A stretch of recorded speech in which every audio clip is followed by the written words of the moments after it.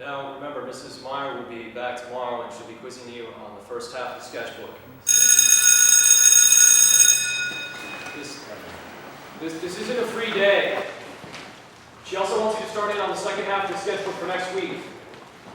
And renting The Legend of Sleepy Hollow or checking out the e-notes for Rip Van Winkle doesn't count.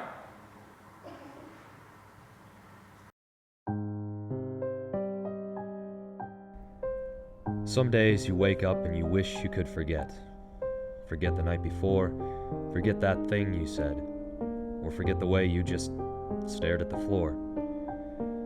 Very few of us aspire to be nothing.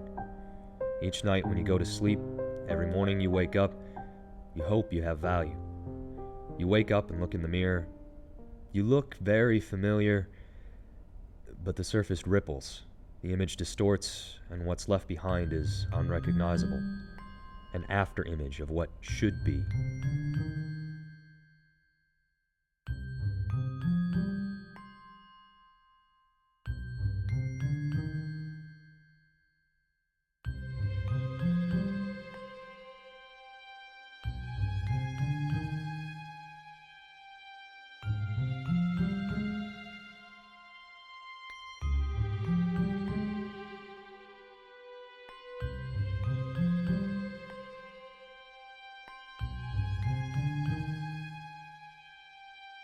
The world's a big place.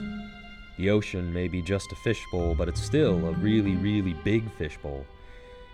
Most types of fish never stop growing, did you know that?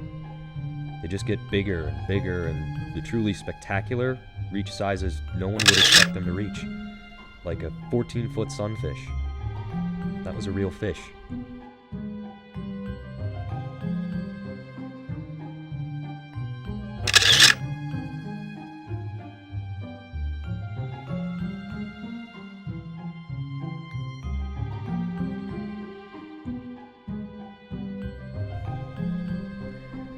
We all want to get somewhere, make something of ourselves. That's what the rest of the school is doing at any rate. But how often do we stop and think about exactly where we're headed? Land the job, get a bigger car, an office with a window. We're really just trading up for a bigger bowl. But if you stop and think about it, even the ocean has a shore.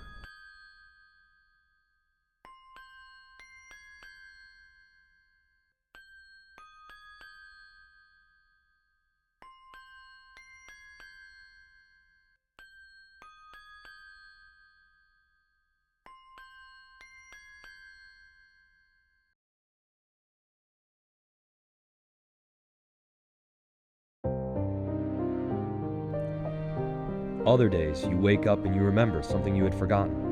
Or maybe forgot that you remembered. How could I forget something like that? Did forgetting whatever it was change you between forgetting and remembering? Memories swim just below the surface and you can almost make them out. If you only had the right hint, you could plunge your hand in and grab the thought before it slips away.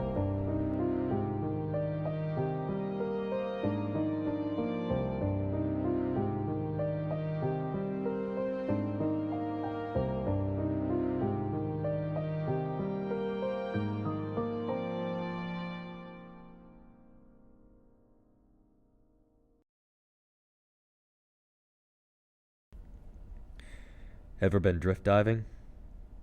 You move along with the current at a high rate of speed. You go far, but you miss the minutia. A subtle shift, a glance. You get separated easily.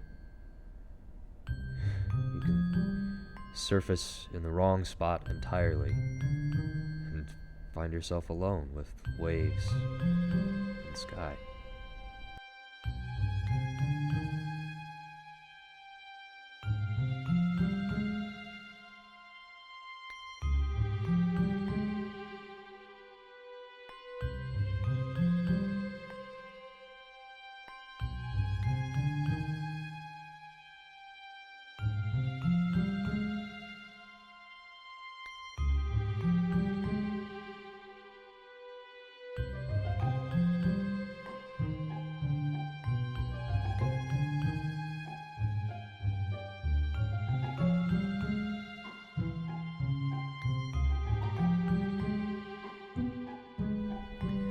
There's a myth out there that fish only have a memory of a few seconds.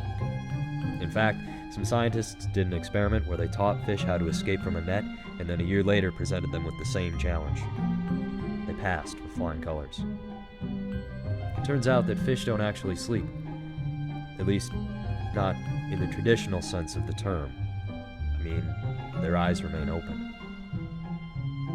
What happens when we sleep? Do we slip below the surface and immerse ourselves in what we've forgotten?